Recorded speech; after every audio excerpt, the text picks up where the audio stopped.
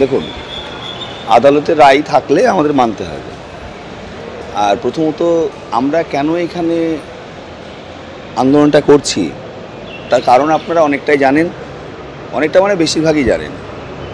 আমরা যোগ্য শিক্ষক শিক্ষিকা শিক্ষাকর্মী হওয়া সত্ত্বেও একটা যে কোনোভাবেই ভুলবশত বলুন আর ইচ্ছাকৃত বলুন, আজকে সুপ্রিম কোর্ট আমাদেরকে বাদ দিয়ে দিয়েছেন।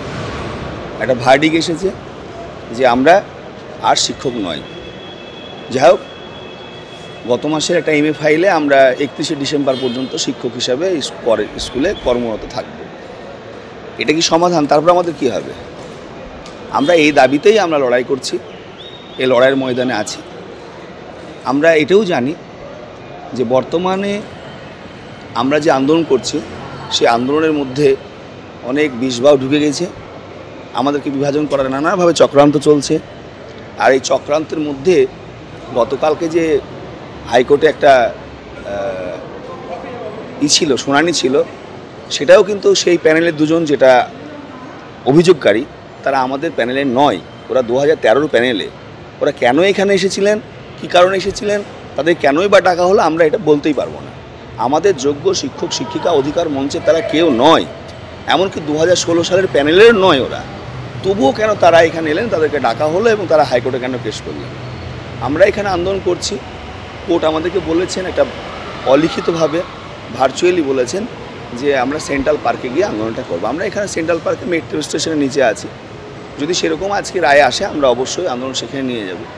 তবে আপনাদের মাধ্যমে আমরা এটাই বলছি যে আমরা যোগ্য শিক্ষক শিক্ষিকা অশিক্ষক কর্মচারী, আমাদের আন্দোলনটা ন্যায়সঙ্গত। এই যে আপনি বললেন আপনারা যোগ্য, কিন্তু বারবার বলা হচ্ছে যে আপনারা শিক্ষকের মতো আচরণ করুন, না হলে পুলিশ ব্যবস্থা নেবে। তাহলে কি আপনারা সঠিকভাবে করছেন না? দেখুন, শিক্ষকের মতো আন্দোলন করছে, শান্তিপ্রিয় আন্দোলন একদম। আপনারা আমাদের মুখে চোখের দিকে তাকিয়ে বুঝতে পারছেন, গলার স্বর দেখেই বুঝতে পারছেন আমরা শান্তিপ্রিয়ভাবে আন্দোলন করছি। গত 15 তারিখ যে আন্দোলনটা ছিল সেটাও শান্তিপূর্ণ আন্দোলন ছিল। সেখানে কেউ হয়তো বাইরে থেকে এসে ঢুকে গিয়ে একটা আমাদের ছেলেদেরকে চড়াও করেছে। দেখুন, চাকরি চলে গেছে, মাথা গরম হয়ে আছে, চড়াও হয়েছে, বা তার সঙ্গে তারাও একটু বিষ ঢেলে দিয়েছে, দিয়ে একটা বিশৃঙ্খলা সৃষ্টি করার চেষ্টা করা হয়েছে। পুলিশ স্বইচ্ছায় গেট ছেড়ে দিয়েছেন, আমরা ভেতরে গিয়ে শান্তিপূর্ণভাবে আন্দোলন করেছি। সন্ধ্যের পর যেটা নেমে এসেছে সেটা একদম অমানবিক অত্যাচার। সেটা কারা ছিল, কিভাবে ছিল, সবই অন ক্যামেরা আপনারা দেখেছেন। আমাদের দাবি একটাই যে আমরা যোগ্য, যে কোনোভাবে আমাদের যদি প্রশাসন ডাকে কোনো সমস্যা হলে আমরা তাদের সাহায্য করতে প্রস্তুত। আমরা শিক্ষক, আমাদের মেরুদণ্ড সোজা, আমরা শান্তপ্রিয়ভাবেই আন্দোলন করতে জানি। কারণ শিক্ষকদের কাজ হচ্ছে মানুষ গড়া কারিগর হিসাবে। আমরা আন্দোলন করতে যাই না, আমরা এই আইনের ধার প্যাচটাও বুঝি না, আইন এত ঘাটা যায় না। আমার তো মনে হয় যে আমি জানলাম যে সিজিআইয়ের ফুল ফর্মটা কী, আমরা জানতাম না। চাকরি না গেলে হয়তো সিজিআইয়ের ফুল ফর্মটাও জানতে পারতাম না। তাহলে আজকে সিজিআর ফুল ফর্মটা জানছি, এত ভার্ডিক ঘাটছি, আমরা দেখছি যে এই পরিস্থিতিতে পড়ে। তাই আমরা জানি যে ভার্ডিক হয়ে গেছে সেটা পরিবর্তন করা খুব কঠিন, রিভিউ পিটিশনে জিতে আসাটাও খুব ক্ষীণ। আমরা আন্দোলনটা করছি কারণ মাননীয় মুখ্যমন্ত্রী, মানবিক মুখ্যমন্ত্রী পশ্চিমবঙ্গের, উনি আমাদেরকে 7 তারিখে ইন্ডোর স্টেডিয়ামে বলেছেন যে পথই পথ দেখায়। আমরা পথই পড়ে আছি, কি পথ দেখাবে?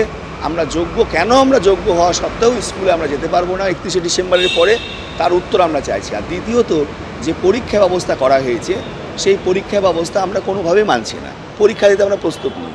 দেখুন, আপনি আমার সঙ্গে কথা বলছেন, আমার এজ এখন 43 বছর বয়স। যদিও বা সুপ্রিম কোর্ট এজ রিল্যাক্সেশন করে পরীক্ষা দেওয়ার ব্যবস্থা করেছে, 30 বছরে আমার ব্রেনের যে মেধাপনা আর 43 বছরে ব্রেনের মেধাপনা এক নয়। 30 বছরে আমার যা প্রস্তুতি ছিল আর এই 43 বছরের প্রস্তুতি কিন্তু এক নয়। পরীক্ষা দেওয়াটা কোনো স্থায়ী সমাধান হতেও পারে না, না হয়ও না। ফলে পরীক্ষা আমরা কোনো মতোই মানছি না। একটা যোগ্যতার পরীক্ষা কবার দেবো আমরা? সেজন্য রাস্তায় পড়ে আছি এবং শান্তিপূর্ণভাবে আন্দোলন করছি। আর এই শান্তিপূর্ণভাবেই করে যেতে চাই যতক্ষণ না আমাদের মানবিক মুখ্যমন্ত্রী আমাদের দিকে না তাকান। আমরা চাইছি আপনাদের মাধ্যমে মানবিক মুখ্যমন্ত্রী এবং আমাদের যিনি শিক্ষামন্ত্রী আছেন তারা আমাদের সঙ্গে দেখা করুক, কথা বলুক, আমাদেরকে ফুল আশ্বাস দেখ। আমরা এই পরীক্ষার ব্যবস্থার মধ্যে দিয়ে যেতে একদম চাই না, কারণ আমরা জানি যে এই যা রায় হয়ে গেছে এই রায় পরিবর্তন করা খুব মুশকিল। এবং যদি ক্ষমতা কোনো থাকে তো রাজ্যের মুখ্যমন্ত্রীর ক্ষমতা আছে, তার হাতে প্রচুর পাওয়ার আছে, সংখ্যাগরিষ্ঠতা আছে। তিনি অধিবেশনে তিনি রাজ্যসভায় এটাকে পাশ করে নিয়ে অনেক ব্যবস্থা করতে পারেন। আমরা জানি, এটা বুঝি, মোটামুটি আমরা এগুলো বুঝি। তো ওনার দ্বারাই এটা সম্ভব আমাদেরকে বাঁচিয়ে নিয়ে আসা।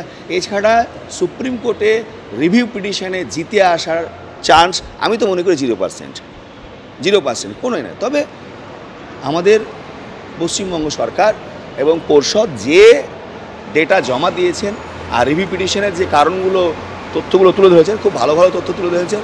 বেঁচে আসার গ্রাউন্ড অনেক বেশি, কারণ যে রায়টা হয়েছে সেই রায়টা তড়িঘড়ি হয়েছে।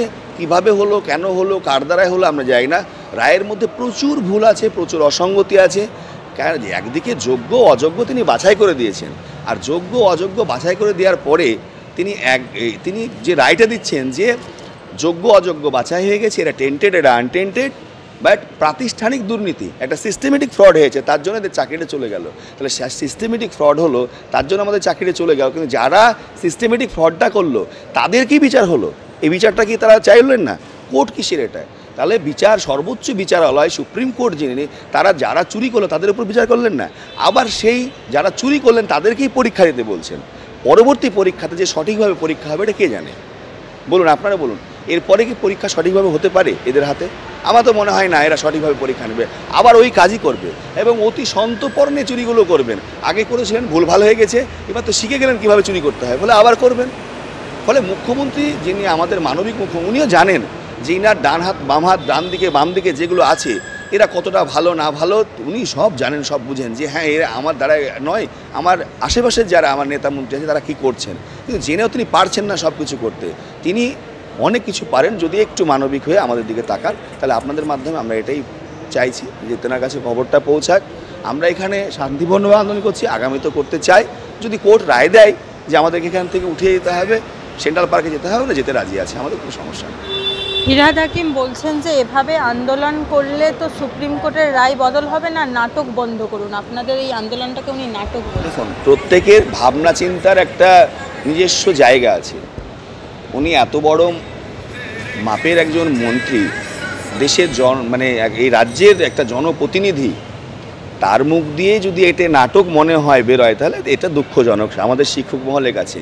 ওনাকে আমরা যথেষ্ট শ্রদ্ধা করি, ভালো মানুষ হিসাবে আমি জানি। ফিরহাদ হাকিম মহাশয়, উনি ববি নামে পরিচিত, ওরা ভালো মানুষ হিসাবে জানি, কিন্তু এরকম একটা খামখেয়ালিপনা মন্তব্য করে দিলেন, এটার আমি কোনো কারণ খুঁজে পাচ্ছি না। দেখুন, মানুষের যদি সমস্যা হয় তাহলে কিন্তু এখানকার আশেপাশের যারা মানুষ আছেন বা পথ চলতি যারা মানুষ আছেন তারা কিন্তু প্রোটেস্ট করবেন।